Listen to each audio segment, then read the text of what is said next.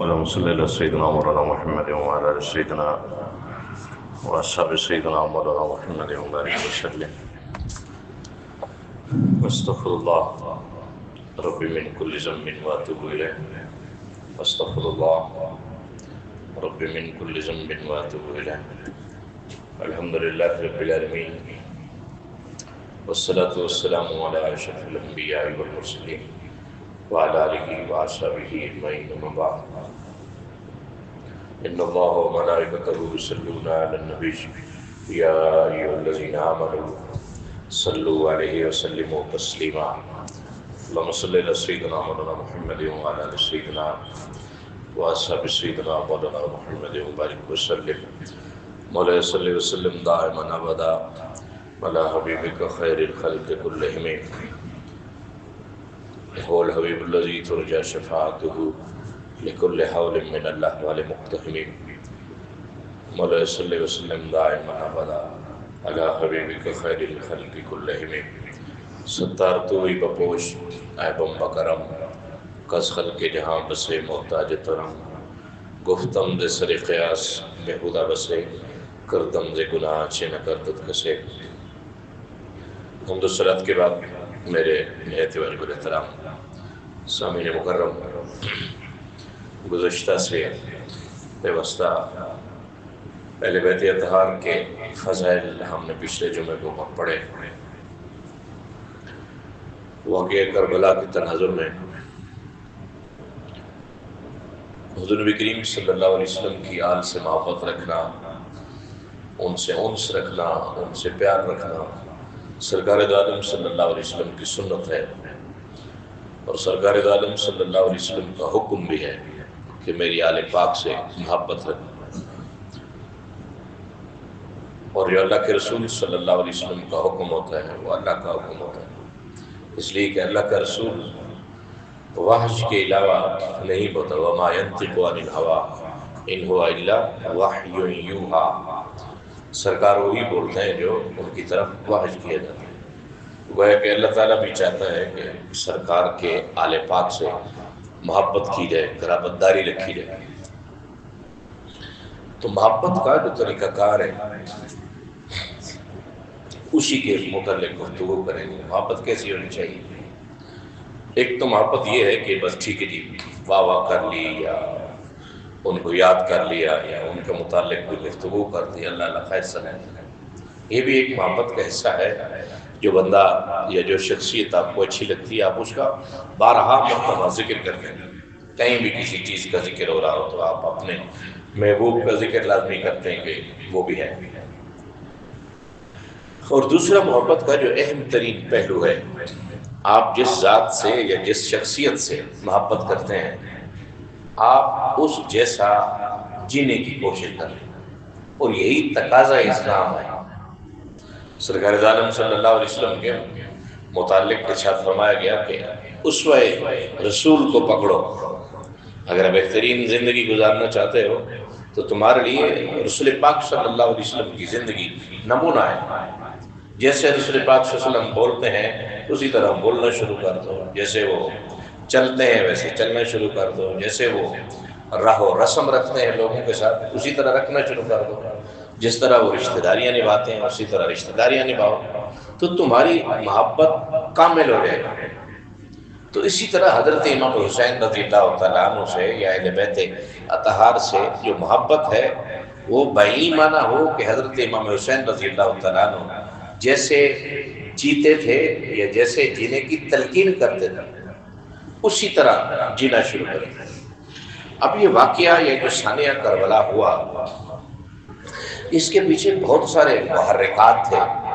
ایسا نہیں کہ اتنا بڑا حادثہ کائنات میں کبھی بھی نہیں ہوتا کہ کسی نبی کی امت اور کسی نبی کے رشتہ داروں کو کوئی دن دہاڑے قتل کر دے اور وہ بھی ظلماً قتل کیا جائے. تاریخ میں ایسا واقعہ کبھی نہیں ہوا. حضرت امیر معاویہ رضی اللہ تعالیٰ عنہ کے وصال کے بعد جو تخت نشین ہوا یزید ہوا. پہلے اسلام کے اندر شورائی نظام تھا، شورا سسٹم تھا، اور شورائی نظام کا مطلب یہ ہوتا تھا کہ جو لوگ قرآن و حدیث کے بہت قریب ہوتے تھے ان کو مجلس شورا کا رکن بنایا جاتا ہے. ہمارے یہاں ایسا ہوتا ہے نا، مشیر یا بادشاہ ان لوگوں کو چنتے ہیں جو ان کے خوشامدی ہوتے ہیں. تو اس طرح کی باتیں کر رہے ہوتے ہیں جو ہمارے قوم و گمان میں بھی نہیں ہوتی. قوم و گمان ایسی تعریفیں کر رہے ہوں گے اپنے لیڈر کی، اپنے بادشاہ کی، اپنے صاحب کی، کہ جو ان تعریفوں والے راستے سے بھی نہیں گزرا ہوگا. اتنا کالا چٹا جھوٹ، کالا جھوٹ کر کے دیکھیں، چٹا سفید جھوٹ بول رہے ہیں. اسلامی نقطۂ نظر میں ایسا نہیں تھا. اگر ایک شخص قرآن و حدیث کے بہت قریب تھا، سرکار عالم صلی اللہ علیہ وسلم کی وصال کے بعد جو خلافت آئی، اس خلافت میں 6 رکنی ایک کمیٹی تھی. 6 رکن حضرت فاروق اعظم رضی اللہ تعالیٰ عنہ کے دور میں بنا، اور وہ 6 رکنی ایسی تھی کہ پورا عالم اسلام ان 6 بندوں کے اوپر متفق تھا. یہ بندے ایسے تھے جن کے اوپر سرکار عالم صلی اللہ علیہ وسلم راضی ہو کے گئے اس دنیا سے، اور یہ اللہ کے اوپر، اللہ کے رسول کے اوپر راضی ہیں. انہوں نے تو اپنی ساری رضائیں اللہ کے سپورٹ کر دی تھی. اب یہ شورائی نظام جس بھی خلیفے کا انتخاب کرتا تھا تو سارے پہلو دیکھتا تھا. اب یزید کا بھی اپنا شورائی نظام تھا. ہمارے یہاں کہتے ہیں الجنس یحمل الجنس، کہ جنس کی طرف مائل رکھتی ہے. جھوٹا بندہ ہمیشہ جھوٹے کو سپورٹ کرے گا، ظالم ہمیشہ ظالم کو سپورٹ کرے گا، پیسے والا ہمیشہ پیسے والے کو سپورٹ کرے گا، غریب ہمیشہ غریب کو سپورٹ کرے گا. یہ پکی بات. یزید کی جو شورائی نظام تھا وہ اس کا ہم ذہن تھا. کسی کا ہم ذہن ہونا بڑے، حضرت موسیٰ علیہ السلام کا رشتہ دار تھا قارون جناب موسیٰ علیہ السلام کی خالہ یا چچا کا بیٹا تھا. رشتہ داری حضرت موسیٰ علیہ السلام سے تھی، تعلق حضرت موسیٰ علیہ السلام کے ساتھ، لیکن ذہناً وہ فرعون کے ساتھ ملا ہوا تھا. ذہن جو اس کا ملتا تھا وہ فرعونی تھا، برادری کے لحاظ سے موسوی، لیکن ذہنی اعتبار سے فرعونی تھا. اب جو یزید کی شورا تھی اس کے اندر بھی ایسے ہی لوگ تھے جو یزید کو اچھے لگتے تھے، جو یزید کی ہاں میں ہاں ملاتے. اب جیسے بجلی مہنگی نہیں ہوتی، آپ بجلی کے منسٹر سے پوچھیں کہ یار اتنی مہنگی ہوگی کیا کریں، وہ آپ کو کوئی 1000 پہلو بتائے گا. 1000 او جی ایسے نہیں ایسے نہیں ایسے نہیں. اور یار یہی بندہ کہتا تھا کہ بجلی مہنگی ہو تو یہ ہو جاتا ہے، بندہ چور ہوتا ہے. پیٹرول مہنگا ہو جائے تو بندہ چور بولتا نہیں وہ اس دور میں تھا، اب کیونکہ ہم ہیں اس لیے اب یہ نہیں ہے. تو یزید کی جو مجلس شورا تھی وہ ویسی تھی جیسے یزید کا ذہن تھا، اسی طرح ہم ذہن لوگ اس نے شورا سسٹم میں رکھے تھے. یزید برسر اقتدار آیا. جیسے ہی برسر اقتدار آیا تو لوگوں کی بیعت شروع کی. سب سے پہلا خط مدینہ منورہ کی طرف لکھا گیا تھا. سب سے پہلا خط کہ 3 بندوں سے بیعت لو. سب سے پہلے 3 بندوں سے بیعت. حضرت حسین ابن علی رضی اللہ تعالیٰ عنہ، حضرت عبداللہ ابن عمر رضی اللہ تعالیٰ عنہ اور حضرت عبداللہ بن زبیر رضی اللہ تعالیٰ عنہ. ان 3 بندوں سے بیعت لینے کے بعد پھر بیعت کا اعلان کرو. اب ان 3 سے کیوں بیعت کا کہا تھا؟ اس لیے کہ یہ سب کرابردار تھے سرکار دو عالم صلی اللہ علیہ وسلم. حضرت حسین رضی اللہ تعالیٰ عنہ تو حضور نبی کریم صلی اللہ علیہ وسلم کے بیٹے تھے، نواسے تھے. حضرت عبداللہ بن زبیر رضی اللہ تعالیٰ عنہ سرکار دو عالم صلی اللہ علیہ وسلم کے رشتہ دار تھے بہت قریبی، اور حضرت عبداللہ ابن عمر رضی اللہ تعالیٰ عنہ سرکار دو عالم صلی اللہ علیہ وسلم کے سالے تھے، سسر کے بیٹے تھے. رشتہ داری بھی تھی اوپر موجود، سسرال کے علاوہ بھی رشتہ داری موجود تھی. انہوں نے بیعت کر لی تو پھر سب سے بیعت کرنا ہے. القصہ میں نے آپ کو عرض کیا تھا پچھلے جمعے کے اوپر. انہوں نے کہا کہ ہم ایسے کیسے بیعت کر سکتے ہیں جب کوئی نہیں کر رہا، اور پھر آپ ہمیں بند کمرے کے اندر کہتے ہیں کہ بیعت کر لو، ہم تو نہیں کرتے. اور پھر یزید جیسا متنازع بندہ اس کے ہاتھ کے اوپر کیسے ہم بیعت کریں؟ یا تو وہ ایسا بندہ ہو کہ ٹھیک ہے جی بس معتدل بندہ ہے، جیسا تیسا ہے، سب کر رہے ہیں تو ہم بھی کر لیں. لیکن یزید متنازع ترین شخص تھا، متنازع ترین. اب اس کی ایرا غیرہ لتھو خیرہ سارے کر لیں بیعت، لیکن حسین ابن علی جیسا بندہ، جو اس جیسا بندہ کائنات میں موجود ہی نہیں تھا، پوری دنیا میں کسی نبی کا نواسا موجود نہیں تھا پوری دنیا میں، اور جس کو نبی کی زبان نے اپنا بیٹا کہا، تو میں کیسے بیعت کر لوں؟ میرے ہوتے ہوئے سب سے بڑا داعی اسلام، سب سے بڑا محافظ اسلام میں ہوں، اور ایسے شخص کے ہاتھ کے اوپر بیعت کروں جو اسلام کا تمسخر اڑاتا ہے، جو اسلام کا مذاق اڑاتا ہے؟ لہذا میں تو بیعت نہیں کرتا۔ جو مدینے کا گورنر تھا، اس کے مشیر نے کہا کہ اگر یہ بیعت نہیں کرتا تو اس کو مار دو، ادھر ہی مار دو کمرے میں۔ اب دیکھیں حالات کتنے خراب تھے، اور اس نے کیسے کیسے بندوں کو اپنا ہم ذہن بنایا تھا۔ یہ جو گورنری مل جاتی ہے، یا گورنری کو تو چھوڑیں، وہ ہم سے بڑی دور ہے، محلے کا جو زکوٰۃ کا چیئرمین بناتے ہیں لوگ، وہ کون سا بناتے ہیں؟ وہ کوئی حاجی ثناء اللہ بناتے ہیں؟ وہ علاقے کا یا شہر کا میئر جو بھی ہوگا، وہ ایسے بندے کو بنائے گا جو اس کا ہم ذہن ہوگا۔ مگر سردار صاحب جو آپ کہیں گے وہی ہوگا۔ سردار صاحب آپ اپنے ذہن کا بندہ میئر بنائے یا زکوٰۃ چیئرمین بنائیں گے؟ وہ تو یزید تھا، اس نے تو گورنر بنانے تھے، اور گورنر کا مطلب یہ ہوتا تھا کہ پورا صوبہ چلاتا تھا وہ۔ حضرت حسین ابن علی رضی اللہ تعالیٰ عنہ نے اس شخص کو کہا جس نے کہا کہ مار دو، اس کو کہو گرگٹ بن گرگٹ، تو مجھے مارے گا؟ یہ کیسے ہو سکتا ہے کہ ہاشمی خاندان کے چشم و چراغ کے اوپر تجھ جیسا بندہ غلیظ زبان کھولے اپنی؟ تو میں ہوئی۔ حضرت امام حسین رضی اللہ تعالیٰ عنہ وہاں سے نکل پڑے، کشمکش چلی رہی کہ بیعت کرو بیعت کرو بیعت کرو۔ حضرت امام حسین کہتے نہیں، بیعت نہیں کرتے، سوال نہیں ہوتا ہے بیعت کریں۔ ایسے شخص کی کہ جو شخص بیعت کے قابل ہی نہیں، حاکم بننے کے قابل ہی نہیں ہے، اس کو ہم کیسے اپنا حاکم مانیں؟ حاکم بننے کے لیے بہت مسائل ہیں۔ حاکم ایسا شخص ہونا چاہیے جو اللہ اور اللہ کے رسول کو صحیح معنوں میں جانتا ہو، جو اللہ کی کتاب کو جانتا ہو، اللہ کے رسول کو جانتا ہو، نظام کو جانتا ہو۔ ہمارے یہاں والا سسٹم تو نہیں ہے۔ حضرت امام حسین رضی اللہ تعالیٰ عنہ وہاں سے مدینہ منورہ سے نکل پڑے مکہ کی طرف۔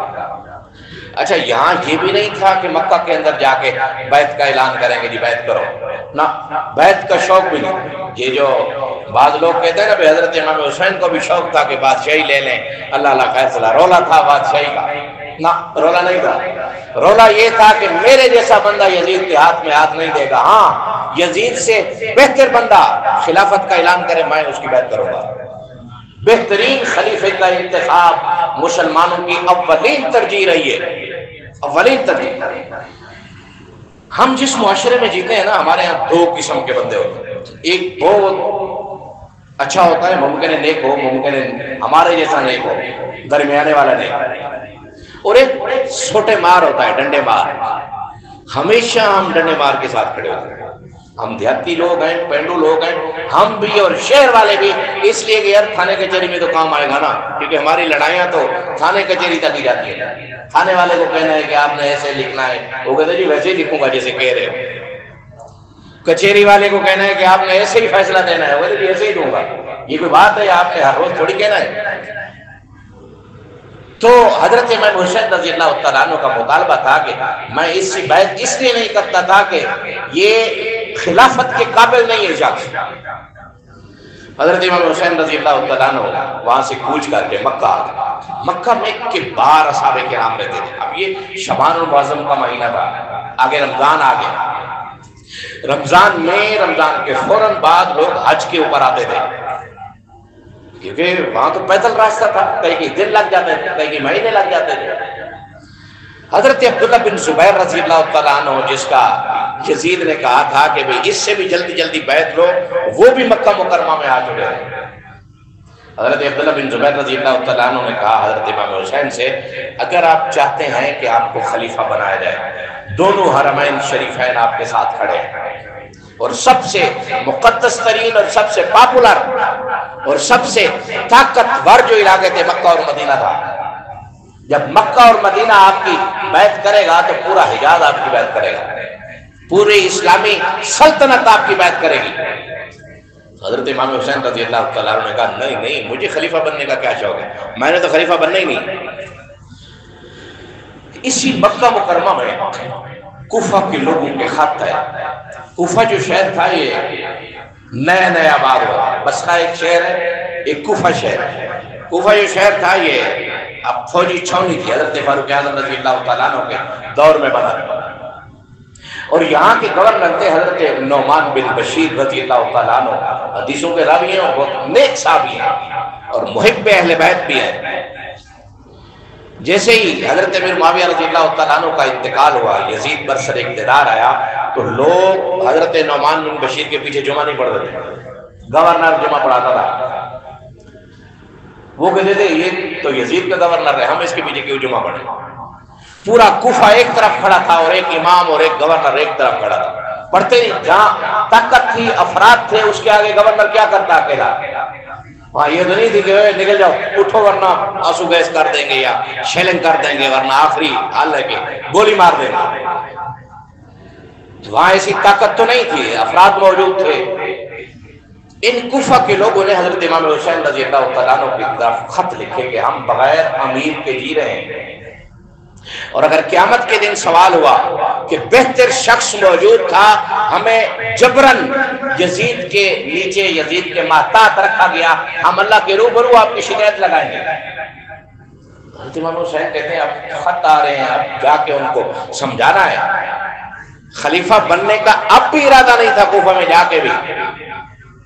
حضرت امام حسین رضی اللہ تعالیٰ عنہ کو لوگوں نے منع کیا کہ کوفے کے لوگ کوئی تھڑے والے لوگ نہیں، الزام نہیں کہتے بھائی یہ بندہ تھڑے کا نہیں ہے کہ کھڑا رہے ساتھ، بڑے مشہور و معروف ہو، بے وفا لوگ، بڑے کوئی علاقوں کے بے وفا ہوتے ہیں، اس علاقے کے لوگ بہت بے وفا ہیں۔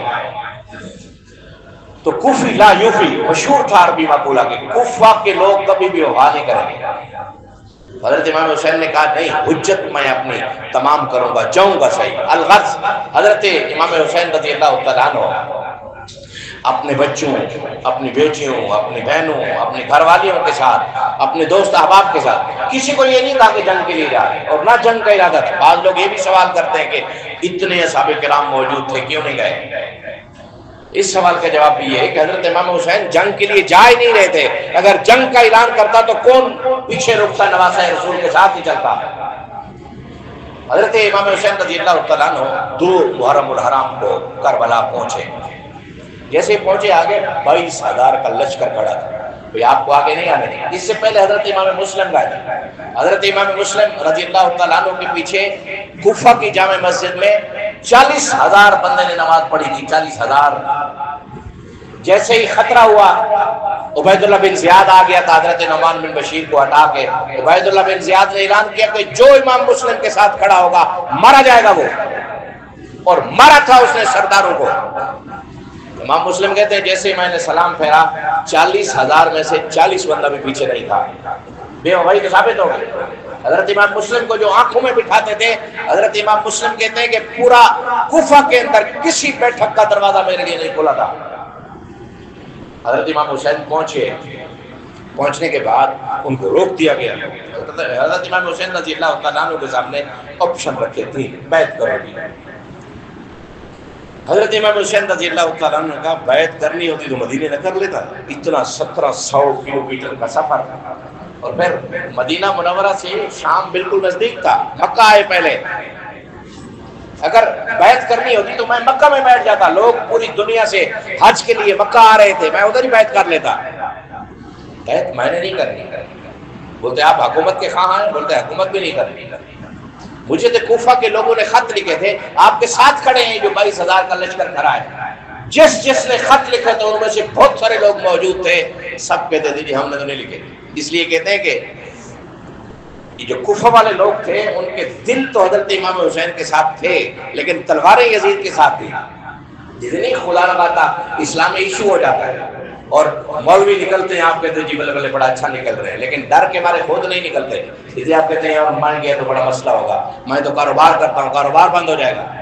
دل آپ کے پھر بھی دھڑک رہے ہوتے ہیں ان لوگوں کے ساتھ کہ یار اسلامی ایشو ہے، لیکن آپ جاتے اس لیے کہ خوف ہوتا ہے، اور یہ فطرت ہے انسان کی کہ خوف کے آگے بندہ دب جاتا ہے۔